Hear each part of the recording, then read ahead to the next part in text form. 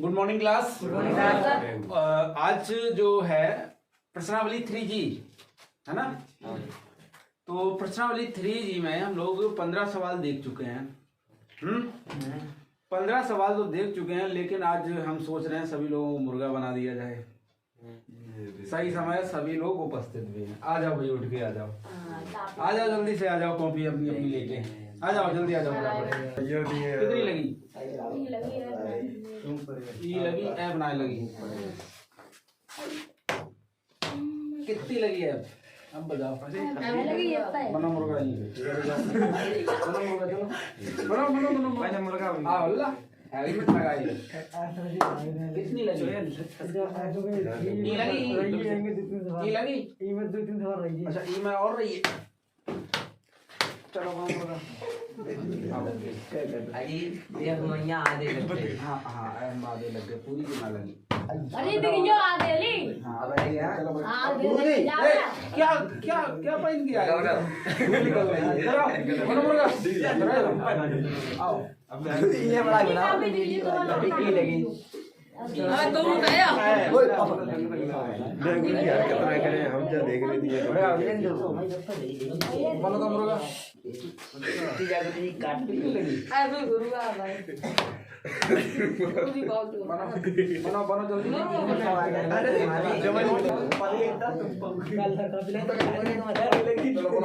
तुम्हारे यार क्या अंदर जा मुर्गा, अंदर जा, उधर आते जा फटाफट। अब एक और उठा ले। अरे यार ये जहां जन्म होगा ना वहां पर तो बोलो पहले अपना हेलमेट।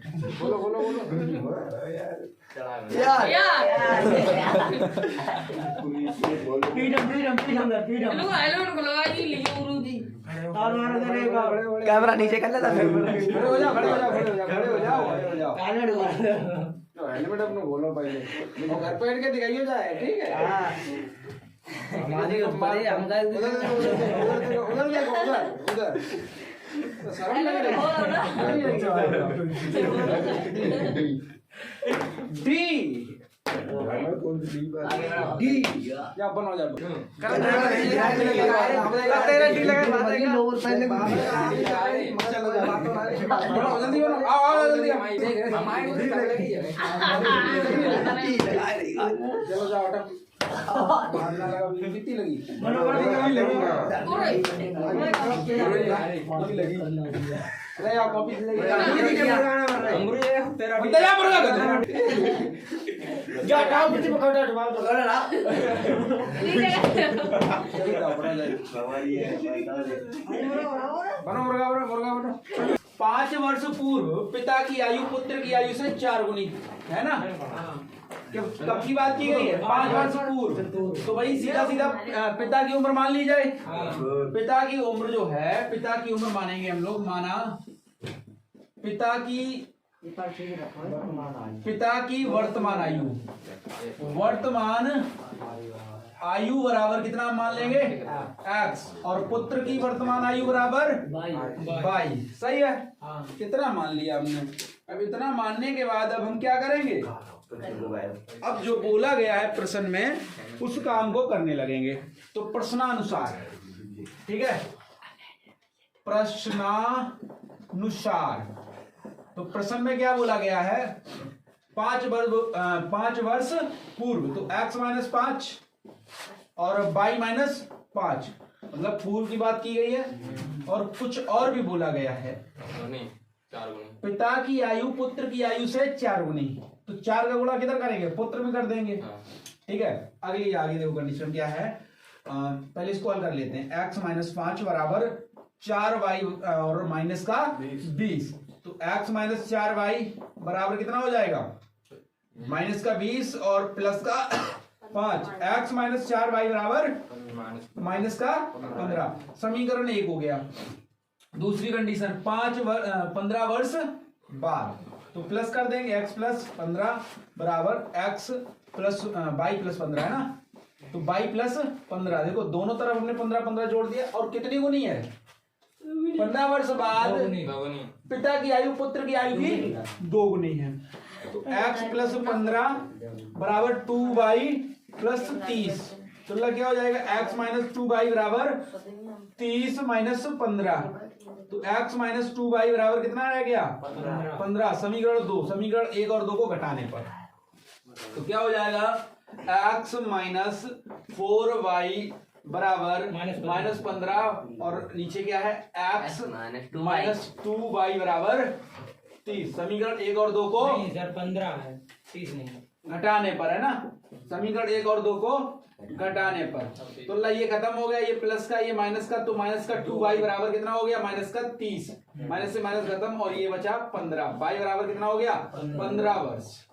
कितना है ये y कौन है पुत्र, पुत्र की आयु कितनी है 15 वर्ष।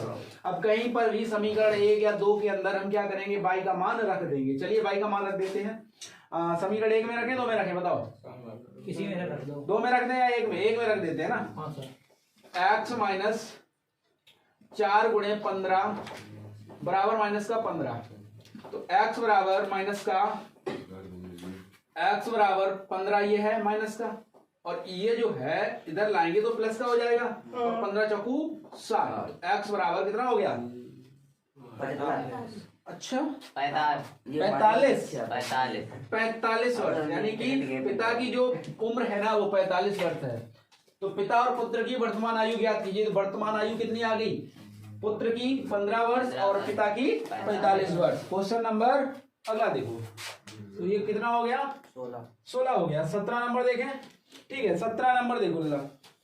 क्वेश्चन नंबर 17, दो संपूरक कोणों में बड़ा कोण छोटे कोण से 18 डिग्री अधिक है, मतलब दो संपूरक कोणों का योग कितना होता है 180। तो हम मान लेंगे दो संपूरक कोण है x और y, मान ले कोई दिक्कत। तो पहला कोण जो है, पहला कोण प्रथम कोण बराबर, माना प्रथम कोण बराबर x और सेकंड कोण जो है वो है y, तो दोनों संपूरक कोणों का योग हो जाएगा 180। तो समीकरण बन गया x प्लस y बराबर 180। ठीक है, आगे बोला गया है कि इन दोनों मतलब देखो पहले हम ध्यान से समझो, दो संपूरक कोणों में बड़ा कोण छोटे कोण से 18 डिग्री अधिक है। तो हम मान लेंगे कि x जो है पहला कोण जो है क्या बोला गया है वो 18 डिग्री कितना है अधिक है। सही है क्यों लगा सही है, तो उन्हें ज्ञात करना है। चलो x का मान हम ये वाला यहाँ पर रख दें, कोई दिक्कत। तो x है 22 प्लस 18 प्लस y बराबर 180 डिग्री। ठीक है, तो 2y बराबर 180 माइनस 18, तो 2y बराबर हमारा कितना हो गया 160। इतना होशियार मत बनो, अरे ये माने भी कहाँ है? ठीक है इतना होशियार मत बनो। 180 से 18 माइनस करना है हम खाली। 20 समझे। ठीक है, तो कितना बचा है यहाँ पर 162। तो 2 अट्ठे 2 1 करने, यानी कि y बराबर एक कोण जो है वो है 81 डिग्री। एक कोण कितना है 81 डिग्री। दूसरा कोण चेक कर ले, तो देखो क्या करना है, y की वैल्यू हम कहाँ रखेंगे, यहाँ पर रखेंगे। तो x बराबर y प्लस 18 है, कितना निकलेगा ये गलत निकला क्या है बताइए, सही है ना। तो y यानी कि 81 प्लस 18, 81 प्लस 18 8 1 9 और 8 1 9, 99 डिग्री आ गया। ठीक है, दूसरा कोण कितना है 99 डिग्री। एक कोण हो गया तुम्हारा 81 डिग्री, दूसरा 99 डिग्री। अगला क्वेश्चन देखते हैं। तो अगला क्वेश्चन नंबर कितना था 18। तो देखो एक आयत का क्षेत्रफल एक दूसरे आयत के क्षेत्रफल के बराबर है। तो पहले 3 हम आयत बना देते हैं। यहाँ पर 3 आयतों की बात की गई है, पहला आयत, दूसरा आयत और तीसरा आयत। तो हम सबसे पहले जो मूल आयत है उसकी लंबाई चौड़ाई मान लेते हैं। लंबाई हम मान लेंगे इसकी x और चौड़ाई इसकी हम मान लेंगे y। अब कंडीशनों को पढ़ते जाते हैं और करते जाते हैं। ठीक है, अपना मान सकते हो, आराम से मान लेना। तो इसको हम क्या करते हैं 11 मीटर अधिक है x प्लस 11, और चौड़ाई जो है ना 6 मीटर कम है, तो y माइनस 6। अब अगला देखो, उसका क्षेत्रफल एक तीसरे आयत के क्षेत्रफल के भी बराबर है, मतलब इसका जो है इसके बराबर है, और उसमें 22 मीटर लंबा, मतलब ये क्या है 22 मीटर लंबा x प्लस 22, और 9 मीटर कम चौड़ा है। तो इसकी चौड़ाई जो हो जाएगी वो कितनी हो जाएगी y माइनस 9। अब कर लो बात फटाफट, इसका क्षेत्रफल क्या हो जाएगा x बाई भाई a बराबर क्या होता है l इंटू b, मतलब इसका और इसका गुणा कर दिया हमने। अब इसका भी गुणा कर लेते हैं, a बराबर क्या हो जाएगा हमारा x प्लस 11 और ये हो जाएगा y माइनस 6। कर लो भाई गुणा इसका, तो x y और ये हमारा हो जाएगा माइनस 6x और प्लस का 11y माइनस का 66 है ना, ये a बराबर हो गया। अब इसका भी ऐसे ही निकाल लें। ए बराबर हमारा हो जाएगा क्या, एक्स प्लस 22 और ये है बाई माइनस 9। इसका गुणा कर दो फटाफट लगा, तो एक्स बाई, सही है। सही है।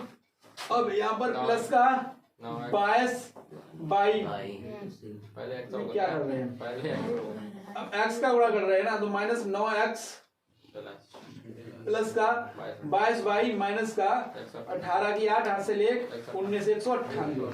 अब ला इसको और इसको बराबर में करेंगे, इसको बराबर में करेंगे, बस आंसर आ जाएगा।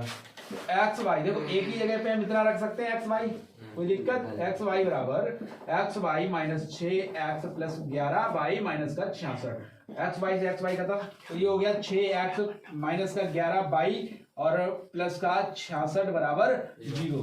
इसको समीकरण 1 मान लो। अब इसको हल करते हैं, इसके बराबर इसको भी तो बराबर रख सकते हैं क्योंकि तीनों का क्षेत्रफल बराबर है। एक्स वाई बराबर एक्स वाई माइनस का 9 एक्स प्लस का 22 वाई माइनस का 198। इसको इससे खत्म। अब इसको भी पक्षांतर कर लो, तो 9 एक्स माइनस का 22 वाई और प्लस का 198 बराबर 0। समीकरण 2 हो गया। अब समीकरण और 1 और 2 को क्या कर दें, गुणा मानते दो को। समीकरण 1 में 2 का गुणा कर लेते हैं पहले, इसमें 2 का गुणा करते हैं तो ये हो जाएगा 12x और माइनस की 22 बाई प्लस 66 दूनी 132, ठीक है, बराबर 0। इसको उठाकर इधर ले आते हैं, 9x और माइनस की 22 बाई प्लस का 198 बराबर 0। ला इसको हम देते हैं घटा, ये खत्म। अब 12 से 9 जाएगा तो कितना बच जाएगा, 3x और माइनस, ये देखो ये माइनस का ज्यादा है तो यहाँ इसको घटाओ, 8 से 2 गया तो 6 और यहाँ पर कितना है अभी हमारे पास 9, 9 से 3 गया 6 बराबर 0। 3x बराबर कितना हो गया 66, 3 दूनी x बराबर कितना हो गया 22। मतलब कि x यानी कि x मतलब क्या है, लंबाई है ना, लंबाई। आयत की जो लंबाई पहले वाले आयत की लंबाई है वो 22 आ गई, आराम से निकाल सकते हैं। x का वैल्यू रख के, ठीक है। अब y का मान निकालते हैं, तो y का मान हम यहाँ पर रख दे, कोई दिक्कत, x का मान, सॉरी x का मान, तो x का मान रखेंगे तो क्या है 9, x का मान आया है 22 गुणे 22 माइनस का 22 बाई और प्लस का 198 बराबर 0। तो 9 दूनी 18 की 8 हासिल 1, 9 दूनी 18 1 19, 198 माइनस 22 बाई प्लस का 198 बराबर 0। अब ला इन दोनों को ऐड कर लिए हम, है ना, कर लो भाई। तो माइनस का 22 वाई बराबर सीधा है, देखो ये भी प्लस का और ये भी प्लस का, बराबर के उधर जाएगा तो माइनस का हो जाएगा, तो बराबर माइनस का हो जाएगा 8 8 16 की 6 हासिल 1, 9 9 18 1 19 की 9 हासिल 1 और 1 1 2 और 1 3 396, माइनस से माइनस खत्म। अब 22 से काटना भाई, कितनी बार जाएगा 81 बार, 11 काट दो पहले, 11 से काट दो, ठीक है। 11 दूनी 22, 11 3 33, 11 छक्का 66, 2 1 और 2 8, तो y बराबर हमारा कितना हो गया 18 हो गया, 18 बार जाएगा, ठीक है। अब हमसे पूछा क्या गया था, क्षेत्रफल ज्ञात कीजिए, तो क्षेत्रफल हमारा क्या था, a बराबर x इंटू वाई था ना, x की वैल्यू हमारे पास कितनी है 22 गुणे और 18 दूनी 36 हासिल 3, 18 दूनी 36 37 38 39 है ना, 396 वर्ग इकाई। इसमें मीटर में दे रखा है क्या, इसमें है मीटर में है ना, तो मीटर स्क्वायर हो जाएगा, ठीक है, मीटर स्क्वायर। ये क्वेश्चन लग गया। देखो ये क्वेश्चन में बहुत ज्यादा कुछ नहीं था, इसमें थोड़ा एक बात गलत कही गई, ठीक है। क्या है, एक बात इसने गलत कही थी। क्या कहा था कि एक आयत का क्षेत्रफल एक दूसरे आयत के क्षेत्रफल के बराबर है जिसकी लंबाई 11 मीटर अधिक और चौड़ाई 6 मीटर कम है, उसका क्षेत्रफल एक तीसरे, अब ये बात इसने कही है उसका क्षेत्रफल, यहाँ पर ये लाइन गलत कही है इसने। भाई किसका क्षेत्रफल की बात कर रहा है, समझ में नहीं आ रहा। भाई उसका का मतलब होता है जस्ट पीछे वाला, सुनना, इससे पीछे वाले से कर रहा है ना, तो पीछे वाले से अगर करोगे तो गड़बड़ हो जाएगा। इसमें एक लाइन गायब कर दी है क्वेश्चन में ही, जो नई बुकें है ना उसमें हो सकता है सुधार हो, उसमें नहीं है। चलो जो भी है आराम से इसको लगा सकते हो, इस तरह से लगेगा, ठीक है, इसी तरह से लगेगा। चलिए क्वेश्चन नंबर 19 देखें। एक आयताकार हॉल की लंबाई 10 मीटर और चौड़ाई 5 मीटर बढ़ाने पर उसका क्षेत्रफल 600 मीटर बढ़ जाता है, परंतु उसकी लंबाई 10 मीटर घटाने और चौड़ाई 7 मीटर घटाने पर क्षेत्रफल केवल 100 मीटर बढ़ता है। हॉल का क्या पूछा गया, हॉल की लंबाई और चौड़ाई पूछी गई। हाल की लंबाई और चौड़ाई याद कीजिए। तो पहले आयताकार हॉल का जो पहले वाला लंबाई और चौड़ाई है उसको मान लेते हैं। माना लंबाई बराबर कितनी है x और चौड़ाई बराबर हम मान लेते हैं बाई।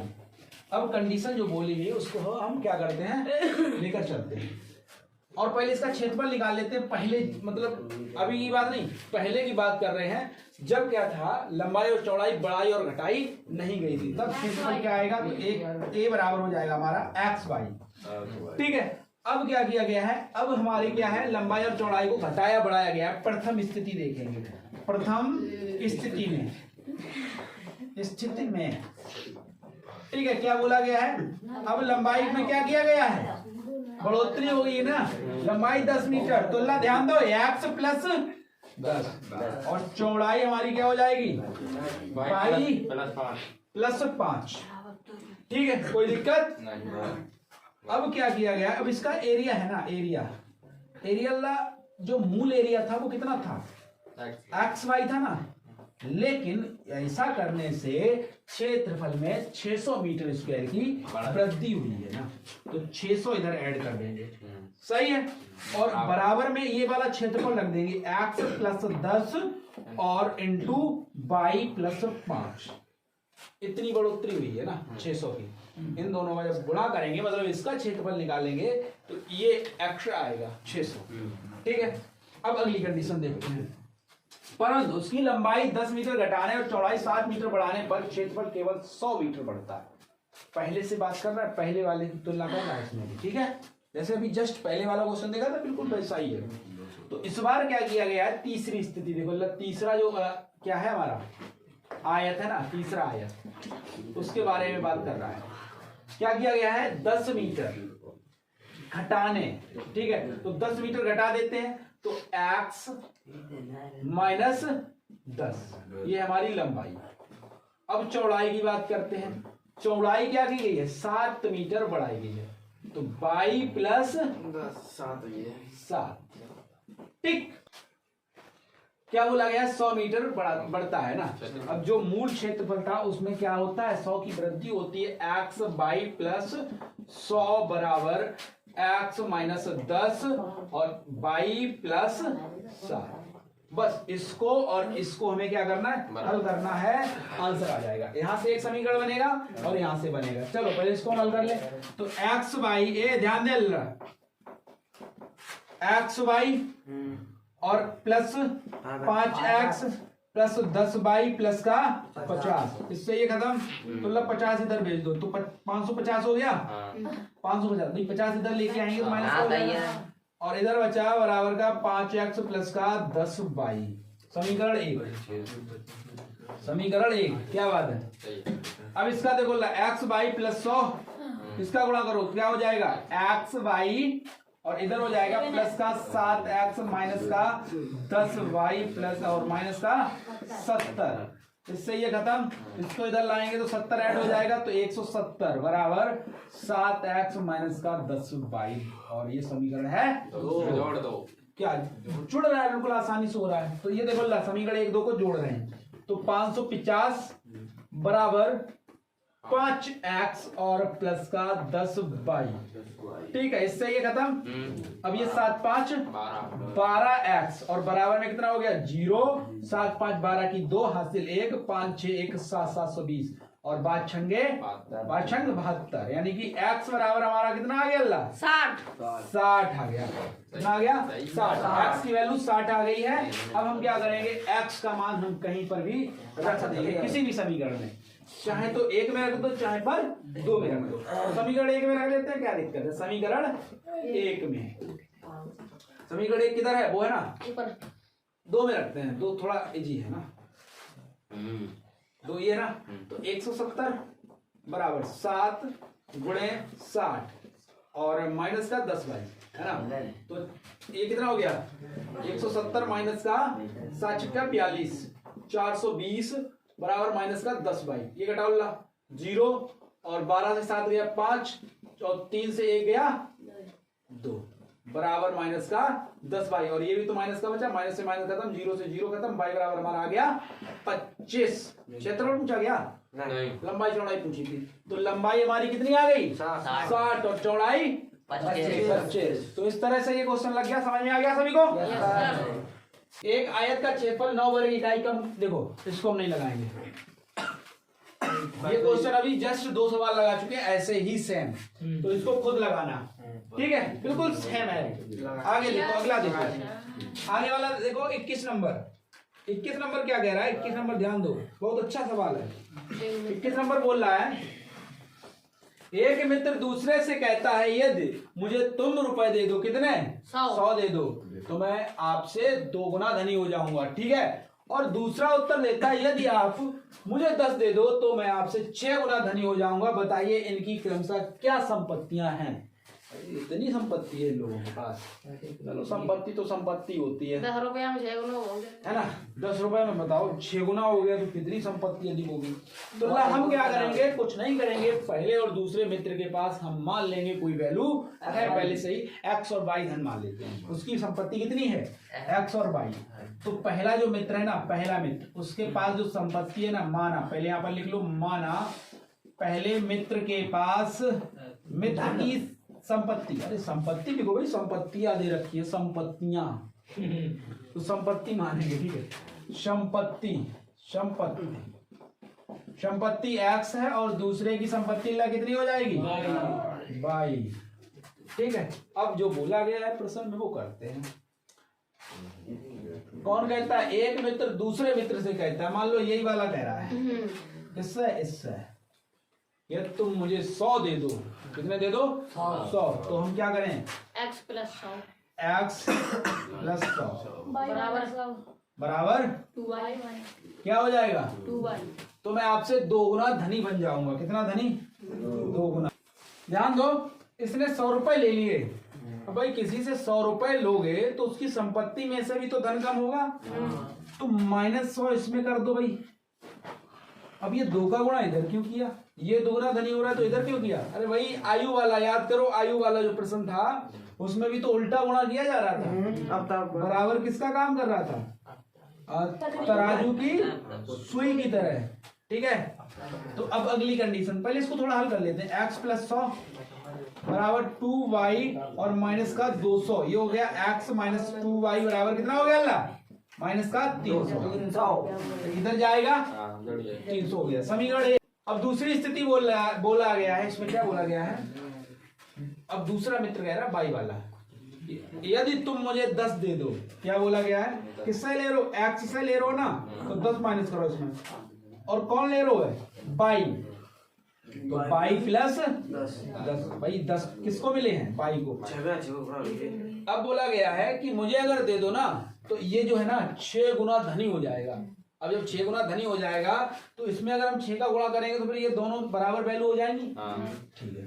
तो 6x माइनस का 60 बराबर y प्लस का 10, तो ये हो जाएगा 6x माइनस का y और बराबर का, उधर जाएगा तो ये प्लस का हो जाएगा, तो कितना हो जाएगा 70। समीकरण 2, समीकरण 1 तो डायरेक्ट कट पिट रहा है, कुछ नहीं।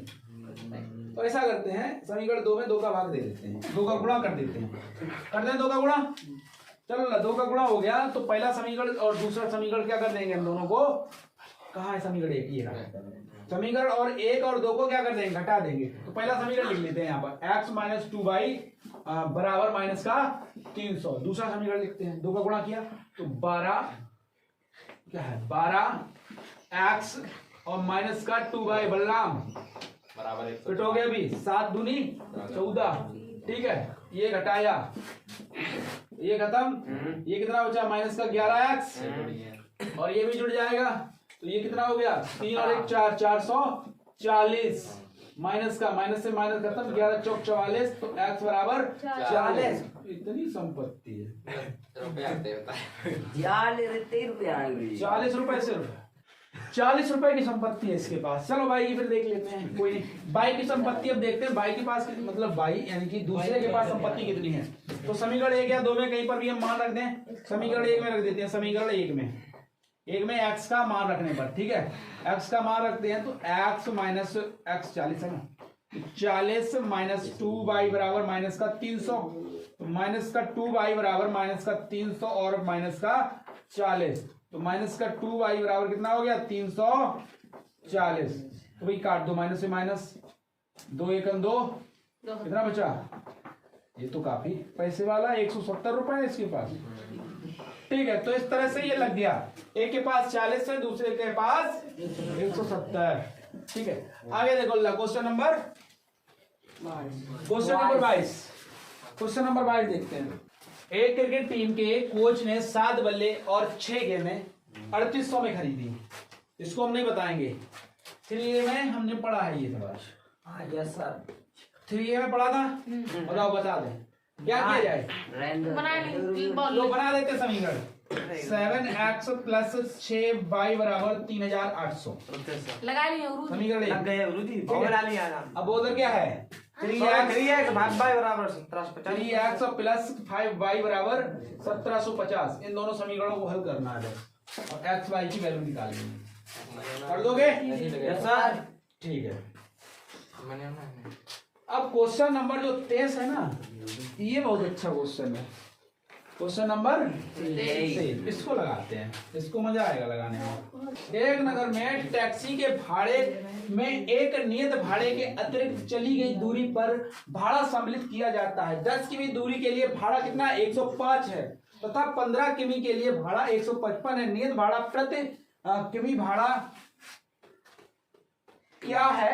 एक व्यक्ति को 25 किमी यात्रा करने के लिए कितना भाड़ा देना होगा? बढ़िया क्वेश्चन है और इसको लगा के रखना। ठीक है, इस तरह के क्वेश्चन जो है ना, हाँ आ सकता है, आएगा नहीं, आ सकता है, क्योंकि कुछ क्वेश्चन थोड़ा अच्छा लग रहा है मुझे ये। ठीक है, चलो आप ध्यान दो। देखो जो नियत भाड़ा है ना उसको मान लेंगे नियत भाड़ा बराबर x और प्रति किलोमीटर की दर से लिया जा रहा है, उसको हम अलग मानेंगे। प्रति किलोमीटर भाड़ा, किलोमीटर का भाड़ा, उसको मान लेते हैं y। सही है। अब एक नगर टैक्सी के भाड़े में एक नियत भाड़े के अतिरिक्त चली गई दूरी पर भाड़ा सम्मिलित किया जाता है। 10 किमी दूरी के लिए भाड़ा कितना है 105। 10 किमी के लिए है ना 10 किलोमीटर। तो अब हमारा समीकरण क्या बन जाएगा?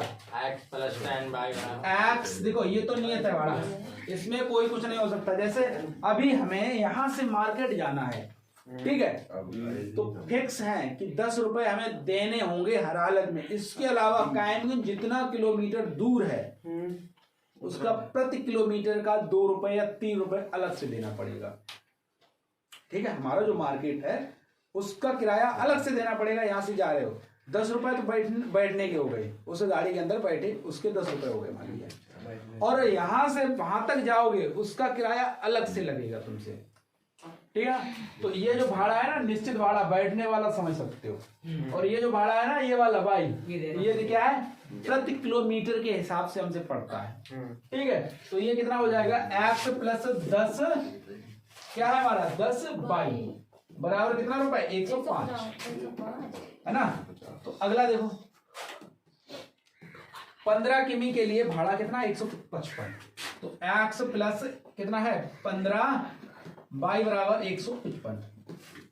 ठीक है, नियत भाड़ा प्रति किमी भाड़ा क्या होगा भाई 25 को एक व्यक्ति को 25 किमी यात्रा करने के लिए कितना भाड़ा देना पड़ेगा? इन दोनों समीकरणों को हल कर लें।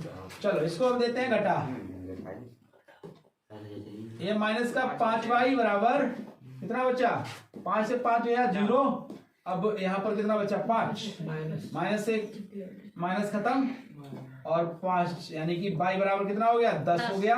अब y की वैल्यू कहीं पर भी रख दें तो x प्लस 10 गुणे 10 बराबर 105, x प्लस ये कितना हो गया 100 बराबर 105। तो x बराबर हमारा 105 माइनस का 100, तो x बराबर हमारा कितना हो गया 5।